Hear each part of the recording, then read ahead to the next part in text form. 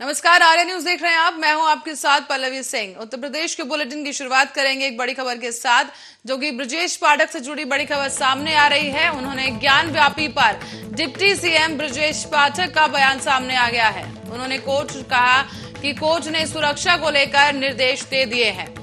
साथ ही शिवलिंग मिलने पर सुरक्षा के निर्देश कोर्ट की तरफ से दिए गए और ओवैसी का बयान सुर्खियां बटोरने के लिए है। ब्रजेश पाठक ने यहां पर ओवैसी के बयान को लेकर भी घेरा है और कहा कि उनका बयान केवल सुर्खियां बटोरने के लिए है और ये लोगों की आस्था से जुड़ा विषय है, जो कि अब कोर्ट में विचाराधीन है। बड़ी खबर इस वक्त की आपको बता दें, ब्रजेश पाठक का यहाँ बयान आया है। ज्ञान व्यापी मस्जिद में शिवलिंग मिलने के बाद अब ब्रजेश पाठक की तरफ से प्रतिक्रिया सामने आई। आपको ये भी बता दें कि ब्रजेश पाठक ने यहाँ पर बयान दिया है कि ज्ञान व्यापी मस्जिद को लेकर ओवैसी का जो बयान है सुरक्षा बटोरने के लिए है और कोर्ट ने सुरक्षा को लेकर तमाम निर्देश जारी किए हैं। शिवलिंग मिलने पर सुरक्षा के निर्देश भी कोर्ट की तरफ से ही दिए गए।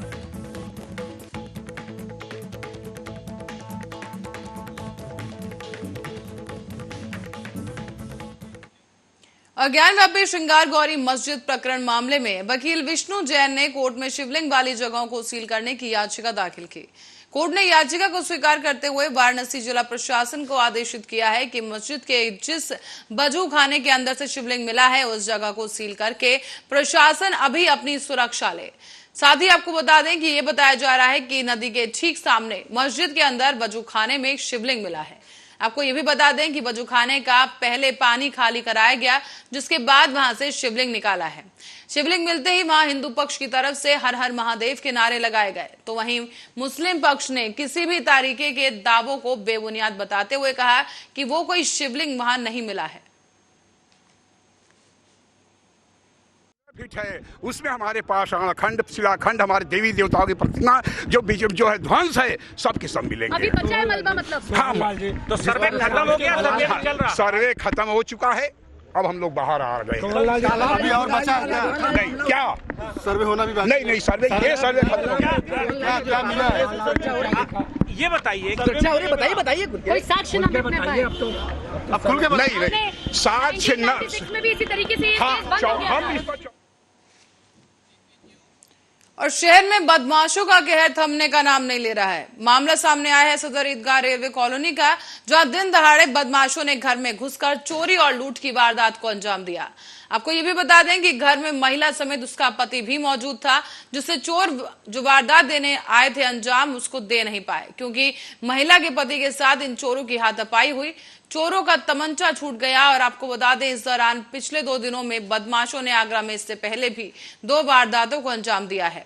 तो वहीं बदमाशों के बुलंद हौसले देखकर अब आगरा पुलिस भी चकरा गई है, क्योंकि सूचना मिलते ही थाना सदर पुलिस घटनास्थल पर पहुंची और इस मामले की जांच की जा रही है। साथ ही आपको बता दें कि बदमाशों की खोजबीन भी जारी है। तो वहीं महिला के पति ने बताया कि इस दुस्साहसिक वारदात में 4 बदमाश शामिल थे। हाँ, क्या हुआ? मिसेज थी, पोछा लगाई थी, उसके बाद उस कमरे में गई पोछा लगाने के लिए, और फिर ये फाटक खोल रखे थे, सूख जाएगा। जैसे वो बरामदे में गई और बस कोई अनजाना आदमी, बोले इसको तो हम जानते भी नहीं कैसे आ गया। तब तक उसने गला दबा दिया और दोनों आँखी को हाथ से दबा दिया उनके। और लेकिन वो घगिया गए, चिल्लाई कस के, क्योंकि कोई बात है, सांप का बच्चा होगा जो देखा हो। ये भी भागा, हम भी कमरे से निकले और हमने उसको पकड़ लिया। इसने उसको गर्दन पकड़ के ऊपर कर दी, कहीं गोली वोली ना मारे। पकड़ने के बाद दूसरा साथी था, इतनी तेज झटका देके भागा कि अपने सारे बटन तोड़ दिए उसने। सारे बटन तोड़ के शर्ट वहीं फेंक दिया और कट्टा भी वहीं गिरा गया। तो कितने लोग थे ये? यहाँ तो 2 थे। एक यहाँ तो बैठा था, ईटा लिए, ईटा ढूंढ रहा था। एक अंदर था। तो बाहर भी होंगे, लेकिन उसका हम कैसे करें। ये आगे नाम क्या पत्नी का? नीता अग्रवाल। अच्छा, 2 लोग थे। 2 लोग थे ये हैं? 2 ये थे, एक अंदर था, एक बाहर था। और जब उसको वो भागा तो उसने बोला भागो, वो ईटा उठा रहा था।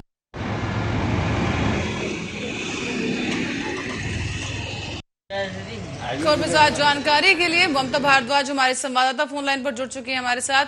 ममता, आपसे समझना चाहेंगे ये पूरा मामला कब का बताया जा रहा है और क्या अभी तक कोई गिरफ्तारी हो पाई है? बिल्कुल पल्लवी, मैं आपको बता दूं कि आगरा में लगातार देखा जा रहा है कि पिछले 2 दिन से लगातार चोरी और लूट जैसी घटनाओं को वारदात देते हुए जो बदमाश हैं वो नजर आ रहे हैं। लेकिन लगातार जबकि आगरा पुलिस लगातार दबिशें भी दे रही है और घटना का अनावरण करने की पूरी कोशिश में लगी हुई है, लेकिन चोर बेखौफ हो चुके हैं। और ये आज ये जो घटना हुई है, जो पूरा मामला आगरा के सदर थाना क्षेत्र का है पूरा मामला। यहाँ एक रेलवे के इंजीनियर थे, उनके यहाँ ये घटना को अंजाम देने के लिए असफल हो गए हैं, क्योंकि उनकी जो सतर्कता थी, उनकी जो उन्होंने सतर्कता बरती, जो परिवार था, जो दंपति था, उनके द्वारा जो सतर्कता बरती गई और अपनी जान पर खेल कर उनसे हाथापाई हुई और इसके बाद में वो बदमाश वहां से खड़े हुए। जी, तो ममता क्या लगता है चूक कहाँ हो पा रही है? क्योंकि जैसे कि आपने कहा कि पुलिस वहां पर दबिश भी दे रही है, लगातार चेकिंग की जा रही है, लेकिन बावजूद इसके जो चोर हैं उनके हौसले जो है कम होने का नाम नहीं ले रहे हैं। बिल्कुल पल्लवी, जिस तरह ये घटनाओं का अगर बात करें कि कहाँ चूक कहाँ हो रही है, तो बिल्कुल जो बदमाश है वो एक जैसे कि पुलिस एक रैकी करती है किसी बदमाश की, तो यहाँ साफ तौर से इस तरह का मामला देखने को मिल रहा है कि बजाय पुलिस रैकी करने के ये बदमाश पुलिस की रैकी करते हैं कि किस क्षेत्र में पुलिस सक्रिय नहीं है, किस क्षेत्र में पुलिस सक्रिय है, और इन सब चीजों को टारगेट करके और इस तरह की रैकी करके, और ये जहाँ तक माना जाए तो ये यही तरह का मामला है और इसी तरह ये लूट को जैसी घटनाओं को अंजाम देते हैं ये लोग। जी ममता, सामने ये आया है कि चोर जो हैं चोरी करने आए तो थे लेकिन चोरी कर नहीं पाए। आपसे जानना चाहेंगे कि वहाँ जो पीड़ित पक्ष है उनकी तरफ से क्या कहा जा रहा है, क्या कुछ नुकसान पहुंचा है उनको, किसी तरह की जान हानि हुई है? बिल्कुल पल्लवी, जिस तरह जो पीड़ित पक्ष है, जो पीड़ित परिवार है, जो रेलवे में जो इंजीनियर हैं, जो एम के पाल जी, उनके यहाँ ये घटना को अंजाम देने के लिए दो बदमाश आए और एक अंदर घर के अंदर घुस गया और एक बाहर ही बैठा रहा। तो जिस तरह से जो महिला थी वहाँ, उनकी जो पत्नी, तो उनके द्वारा देखा गया कि बदमाश घर के अंदर है, तो उनका मुंह और गर्दन को पकड़ा गया, लेकिन उन्होंने चिल्लाना शुरू किया और वहीं तभी उसने तमंचा ताना और उसके पति भी उनके उस समय घर पे मौजूद थे और उनकी सक्रियता को देखते हुए और उनसे हाथापाई हुई और इसी बीच बदमाश के जो पैर थे वो खड़ गए वहां से और वहां से वो भाग खड़े हुए। तो ममता, क्या कोई किसी तरह की सिक्योरिटी अब इस इंजीनियर को दी गई है? क्योंकि हो सकता है चोर दोबारा इस घर को निशाना बनाने की कोशिश करें, क्योंकि एक बार हार जाने के बाद हो सकता है वो दोबारा कोशिश करें। बिल्कुल पल्लवी, मैं आपको बता दूं कि जिस तरह जो बदमाश दिन दहाड़े घर के अंदर जब घुस जाते हैं और इस तरह की घटना को अंजाम देने की पूरी कोशिश करते हैं, और हालांकि असफल रहे, वो नाकाम रहे, लेकिन जो सिक्योरिटी की अगर बात करें तो अभी भी पुलिस सिक्योरिटी वहाँ मौजूद है और वो लोग, हालांकि परिवार काफी दहशत में है। जी चलिए ममता, बहुत बहुत धन्यवाद इस तमाम जानकारी के लिए। दर्शकों को बता दें कि ये चोर इस घर में घुसे जरूर थे चोरी की वारदात को अंजाम देने के लिए, लेकिन सफल नहीं हो पाए क्योंकि जो परिवार था वो घर में मौजूद था और उनकी सूझबूझ के चलते ये चोर वहां से भाग खड़े हुए हैं।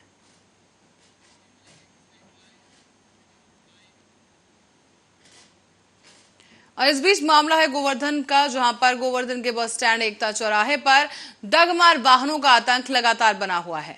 यहां पर लोग इमरजेंसी में जाने वाली एम्बुलेंस को भी रास्ता नहीं देते और यही नहीं बल्कि बाहर से आए हुए श्रद्धालुओं के साथ भी अभद्रता के साथ पेश आते हैं। आपको बता दें कि यहाँ पर टेम्पो और बस चालक सिविल ड्रेस पुलिस वालों के साथ मारपीट भी करते हैं। ऐसा ही नजारा एक आज गोवर्धन में फिर से देखने को मिला है, जब एक एम्बुलेंस कम से कम 20 मिनट से ज्यादा जाम में फंसी रही और कुछ ही मिनट बाद टेम्पो और बस चालक ने पहले सिविल ड्रेस में गुजर रहे पुलिस वालों से मारपीट की और फिर बाहर से आए हुए श्रद्धालुओं से गाली गलौज की। और अब देखना यह होगा कि शासन प्रशासन डगमार वाहनों पर कोई कार्रवाई कर पाता है या इनकी मनमानी यूं ही चलती रहेगी। रुक करेंगे रायबरेली का, जहां रायबरेली जनपद के अंतर्गत सुजातगंज मजरे 52 बुजुर्ग बल्ला निवासी बापू पासी दोपहर में खाना खाने के बाद घर में सामने छाया में बैठकर आराम कर रहे थे, लेकिन तभी गांव के विनय सिंह ने शराब के नशे में धुत होकर उन पर ट्रैक्टर चढ़ा दिया है। परिजनों ने आनन फानन में घायल वृद्ध को सीएचसी महाराजगंज पहुंचाया, जहां चिकित्सकों ने प्राथमिक उपचार के बाद उन्हें जिला चिकित्सालय के लिए रेफर कर दिया। घायल को सीएचसी से निकालकर परिजन एम्बुलेंस में लिटाते रहे और इसी दौरान वृद्ध की मौत हो चुकी थी। सूचना पर मौके की पुलिस भी पहुंची, जिसने शव को कब्जे में लेकर अब अग्रिम विधिक कार्रवाई शुरू कर दी है।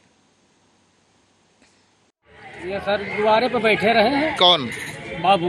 क्या नाम? अच्छा, बाबू पासी। हाँ बाबू। हाँ, आगे? वही बाद में यहाँ इनका लड़का खेत से जोत के ट्रैक्टर लेके आवत रहा। किसका लड़का? बिल्लू सिंह का। हाँ, कहाँ के निवासी हैं ये? सुजातगंज। हाँ, रवि नाम हाँ लड़का का। हाँ वो सीधा एकदम इनके ऊपर है, ट्रैक्टर चढ़ा दी खरिंजा पर से खाले उतार के। अच्छा, तो रवि खरिंजा से खाले में बैठे रहे।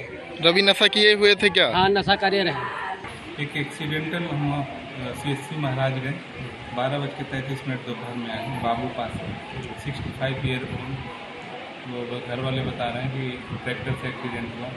इसका femur upper and right fracture लग रहा था। उसको रिफ़र किया गया जिला अस्पताल के लिए, लेकिन अभी तक मरीज 1 घंटे रिफ़र करने के बाद भी नहीं मिला और अभी भी एक्सपायर हुआ। और वो करेंगे एक बड़ी खबर की ओर। प्रयागराज से खबर सामने आ रही है, जहां इलाहाबाद हाई कोर्ट में वाराणसी में काशी विश्वनाथ मंदिर और ज्ञान व्यापी मस्जिद विवाद से जुड़ा याचिकाओं पर सुनवाई अब 20 मई तक के लिए आगे बढ़ा दी गई है। इलाहाबाद हाई कोर्ट में इस सुनवाई को 20 मई के लिए आगे बढ़ा दिया गया और जस्टिस पांड्या की सिंगल बेंच में इस मामले की सुनवाई हुई थी। आपको बता दें, दोनों ही पक्षों में सुनवाई के बाद कोर्ट ने ये जारी किया है फैसला, जहां पर अब 20 मई तक के लिए सुनवाई को टाल दिया गया है और अब अगली सुनवाई 20 मई को की जाएगी। आपको बता दें कि दोनों ही पक्षों की बात सुनने के बाद कोर्ट का ये फैसला सामने आया है कि इस जो सुनवाई है उसको 20 मई तक के लिए टाल दिया गया और अब 20 मई को इस पूरे मामले में एक बार फिर से सुनवाई होगी। ज्ञान व्यापी मस्जिद मामले को लेकर एक याचिका दायर की गई थी, जिस पर सुनवाई से जुड़ी ये बड़ी खबर सामने आई है कि अब 20 मई को इस पूरे मामले और विवाद को लेकर सुनवाई की जाएगी। इलाहाबाद हाई कोर्ट की तरफ से ये फैसला सामने आया है, जहां 20 मई तक के लिए सुनवाई को टाल दिया गया। काशी विश्वनाथ मंदिर और ज्ञान व्यापी मस्जिद का पूरा मामला है।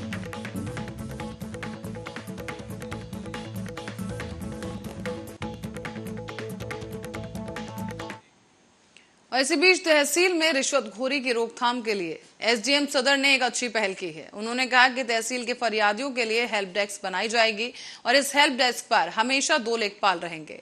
एसडीएम धर्मेंद्र कुमार ने बताया है कि अब से तहसील परिसर में सीसीटीवी कैमरे भी निगरानी करेंगे। दरअसल आपको बता दें कि बीते कुछ दिन पहले ही एक लेखपाल का रिश्वत लेते हुए वीडियो वायरल हुआ था, जिसके बाद से अब एसडीएम सदर धर्मेंद्र कुमार ने यह कदम उठाया है। इसके अलावा उन्होंने ये भी कहा कि धोखाधड़ी और भ्रष्टाचार के मामले में तुरंत ही कार्रवाई होगी और किसी को भी बख्शा नहीं जाएगा।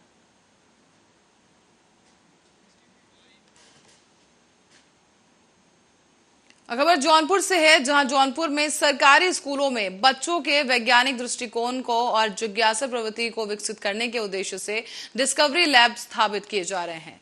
आपको बता दें कि एक पायलट प्रोजेक्ट के तहत सिकरारा ब्लॉक में अंग्रेजी माध्यम विद्यालय ताहिरपुर और रामपुर के प्राथमिक विद्यालय सुरेरी में डिस्कवरी लैब स्थापित होंगे।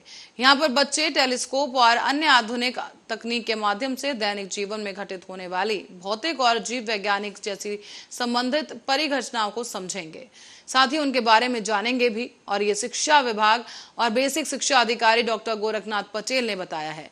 उन्होंने कहा कि परिषदीय स्कूलों में सप्ताह में एक दिन ओपन साइंस डे होगा और जिस दिन विभिन्न विद्यालयों के बच्चों को डिस्कवरी लैब में लाया जाएगा। इस दौरान खगोलीय घटनाओं और दैनिक जीवन में घटित होने वाली तमाम घटनाओं से उन्हें अवगत कराया जाएगा। साथ ही 5 भूगोल और विज्ञान के जानकार शिक्षकों को प्रशिक्षित किया जाएगा। साधक परिणाम आने पर प्रत्येक ब्लॉक में ये व्यवस्था लागू की जाएगी।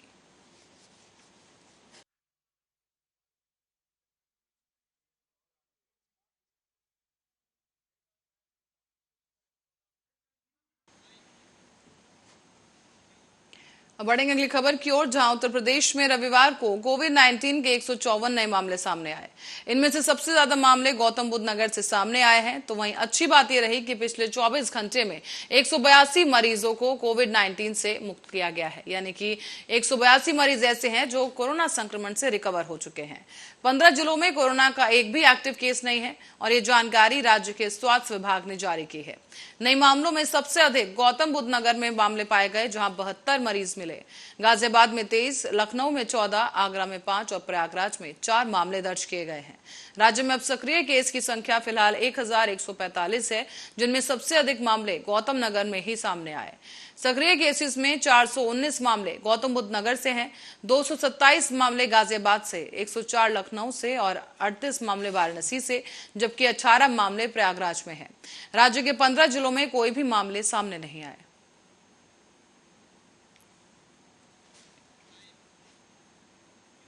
और उत्तर प्रदेश के ज्यादातर हिस्से में रविवार को भी भयंकर गर्मी से लोग झुलसते रहे।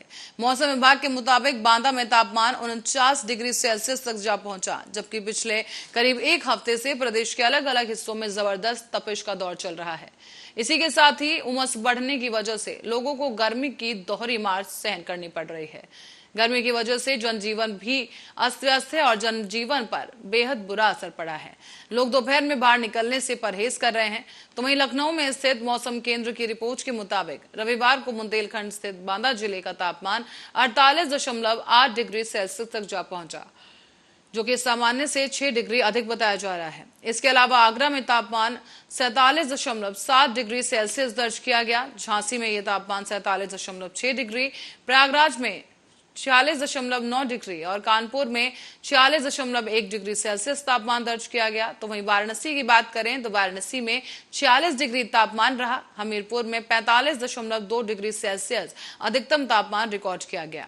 ये सामान्य से 3 से 6 डिग्री सेल्सियस तक अधिक था। राजधानी लखनऊ की अगर बात की जाए तो वहां दिन का तापमान 41.3 डिग्री सेल्सियस तक पहुंच गया।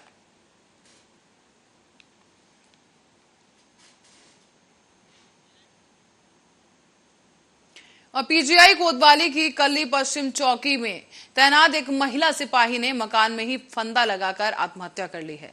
घटना की जानकारी तब हुई जब समय पर ड्यूटी पर महिला नहीं पहुंची और ना ही उसने फोन उठाया।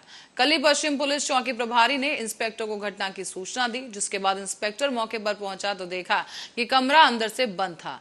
दरवाजा तोड़ा तो महिला दुपट्टे से फंदा लगाकर पंखे से लटकी हुई मिली।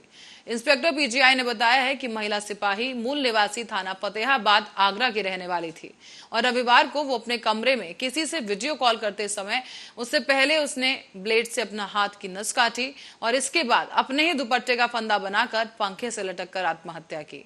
बताया गया है कि अभी जल्दी ही वो छुट्टी से लौटी थी और कमरे से कोई सुसाइड नोट फिलहाल नहीं मिला है और परिजनों को इस मामले की सूचना दे दी गई है।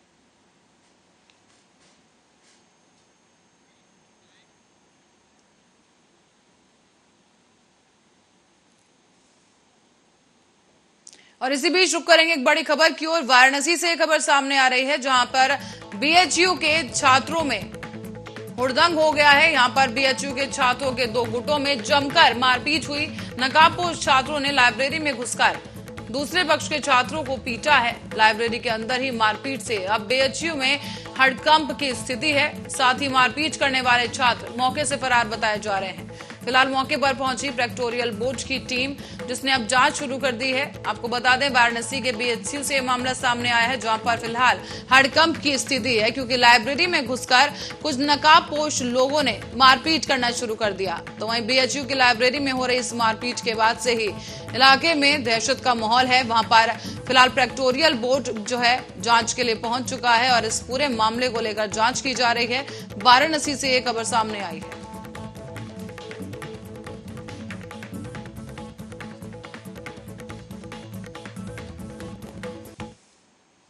वहीं चारधाम यात्रा के दौरान अब तक करीब 39 जो तीर्थ यात्री हैं उनकी मौत हो चुकी है। ये जानकारी राज्य के स्वास्थ्य विभाग ने दी और विभाग का ये कहना है कि जिन लोगों को स्वास्थ्य संबंधी समस्याएं हैं उन्हें यात्रा न करने की सलाह दी गई है।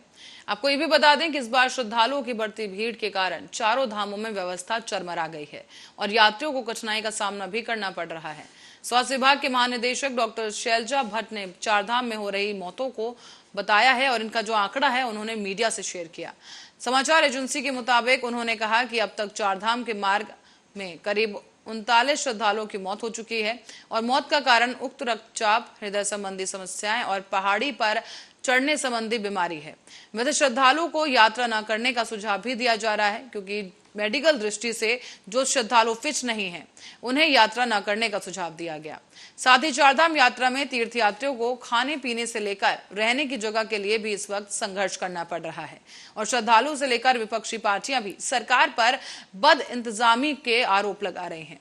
हालांकि लगातार हो रही मौतों को लेकर सरकार पर कुव्यवस्था का ही आरोप लग रहा है। इस दौरान मुख्यमंत्री पुष्कर सिंह धामी ने इन आरोपों को खारिज कर दिया। सीएम धामी ने यहां शनिवार को एक कार्यक्रम में कहा था कि चारधाम में तीर्थयात्रियों की मौत की वजह अव्यवस्था नहीं बल्कि स्वास्थ्य संबंधी समस्याएं हैं। धामी ने यह भी दावा किया कि उनकी सरकार यात्रा को सरल बनाने की पूरी कोशिश में जुटी है। तो वहीं उन्होंने ये भी कहा कि इस यात्रा को सफल बनाने की जिम्मेदारी सरकार के साथ साथ जनता की भी है।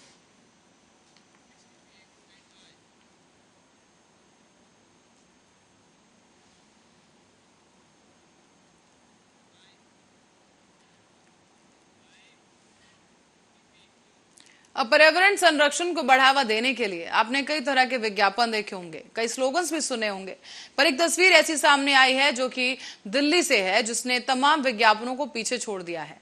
और ये कारनामा कर दिखाया है एक ऑटो ड्राइवर ने, जिसने अपने ऑटो की छत पर ही एक छोटा सा बागीचा बना दिया। देखिए ये रिपोर्ट।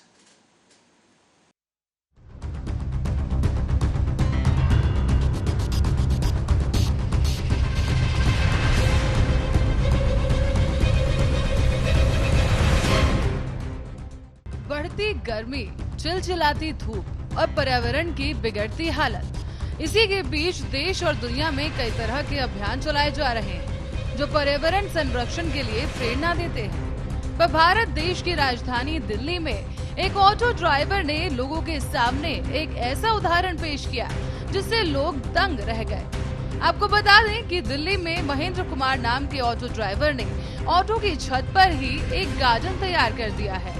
ये गार्डन अब चर्चा का विषय बन चुका है। आपको बता दें कि ये कोई ऐसा वैसा गार्डन नहीं है, बल्कि एक खास गार्डन है जिस पर कई तरह के पेड़ पौधे लगाए हुए हैं। चिलचिलाती धूप में सवारियों को राहत देने के लिए इस ऑटो को दिल्ली में लोग मूविंग गार्डन भी कहते हैं। अब आप सोच रहे होंगे कि आखिर इस ऑटो ड्राइवर को ऐसा करने की क्या जरूरत पड़ गई। तो आपको बता दें कि ऑटो ड्राइवर ने चिलचिलाती धूप से खुद को और सवारियों को बचाने के लिए ऑटो रिक्शा की छत पर ही ये गार्डन तैयार किया है। दिल्ली जैसे महानगरों में इंफ्रास्ट्रक्चर डेवलपमेंट के नाम पर होने की वजह से टेम्परेचर 40 डिग्री से लगातार ऊपर चला जा रहा है। दोपहर में सफर करने वाले लोगों को इस वजह से काफी मुश्किलें आती हैं। तो वहीं ऑटो और रिक्शा में सफर करने वाले लोगों को लू के थपेड़े भी झेलने पड़ते हैं। दिल्ली की सड़कों पर दौड़ने वाला ये ऑटो रिक्शा लोगों को अपनी तरफ आकर्षित भी कर रहा है और राहत भी दे रहा है। अब आपको बताते हैं कि महेंद्र कुमार ने ये छोटा सा गार्डन आखिर तैयार कैसे किया। महेंद्र ने अपने ऑटो की छत पर पहले प्लास्टिक की एक चटाई लगाई, उसके बाद जूट वाले कट्टे बिछा दिए, उस पर मिट्टी डालकर पौधे लगाए गए और ऑटो की छत पर बने इस गार्डन का उद्देश्य ऑटो के अंदर की हवा को ठंडा रखना है। साथ ही आपको ये भी बता दें कि महेंद्र कुमार दिल्ली के तिमारपुर के गोपालपुर गांव के रहने वाले हैं और महेंद्र के मूविंग ऑटो गार्डन में 25 तरह के फूल और सब्जियां रखे हैं। यहाँ तक कि महेंद्र कुमार ने अपने इस मूविंग गार्डन वाले ऑटो के अंदर एक पंखा भी लगाया है और ऑटो की छत पर फूल और सब्जियां उगते रहते हैं। इस बीच महेंद्र कुमार ने बताया कि उनके ऑटो में बैठने के लिए सवारी कभी कभी उन्हें अधिक किराया भी चुका देती है। और हो भी क्यों ना, ऐसी अनोखी सवारी आखिर कौन नहीं करना चाहेगा भला। Special report Arya news.